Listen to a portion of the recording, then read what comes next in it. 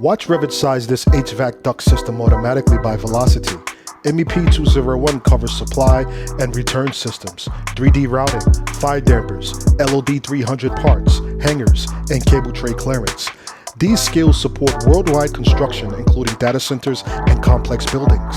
In the United States, architecture and engineering occupations show 186,500 projected openings per year, while mechanical engineers are projected to grow 9% through 2034. Worldwide, the IEA projects data center electricity use to roughly double by 2030, and the Worldwide Forum lists building construction workers among the largest growing global roles. Take the complete course free.